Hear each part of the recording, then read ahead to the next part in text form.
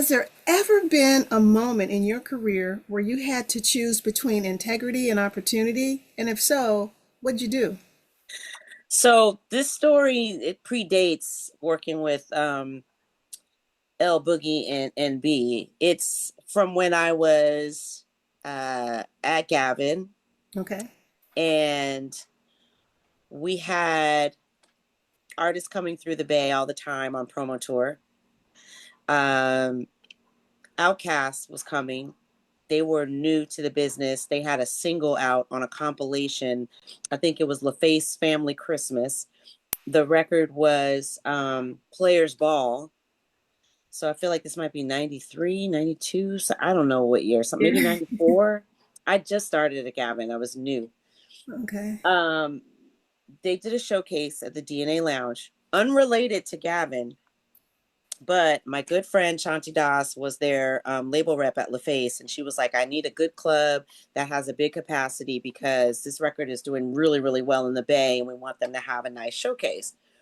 All right, cool. So Anthony Daughtry and I, who was their street promotion rep, their local rep in the Bay, and I secured the DNA Lounge.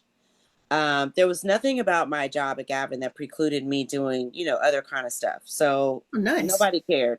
But the integrity piece and the opportunity piece comes from the DNA Lounge switching up the terms on the bar split, right, versus the door split when they saw the Outcast pack that room.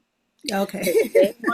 They wanted the door, and we were like, cool, but we'll take, a little bit of the door and most of the bar. And normally they would do the reverse, but they didn't think a lot of people would come. Ah, So okay. so when it packed out, they were like, "Oh, there's way more people in here drinking than we thought because there's a hell of people in here." So then they flipped it on us and they kind of jerked us. So um Anthony and I are like, okay, we only have $400 after all of that because they switched the splits on us, right? So, and we weren't gonna argue about it because at the end of the day, we wanted the label to be happy and we wanted Outkast to be happy, and they were happy because when I tell you that place was packed to the gills and they only had one song out, Oh, so wow. it was just like incredible, right? We just decided that we were gonna, instead of pocketing it ourselves and splitting it, that we were just gonna pay Outkast.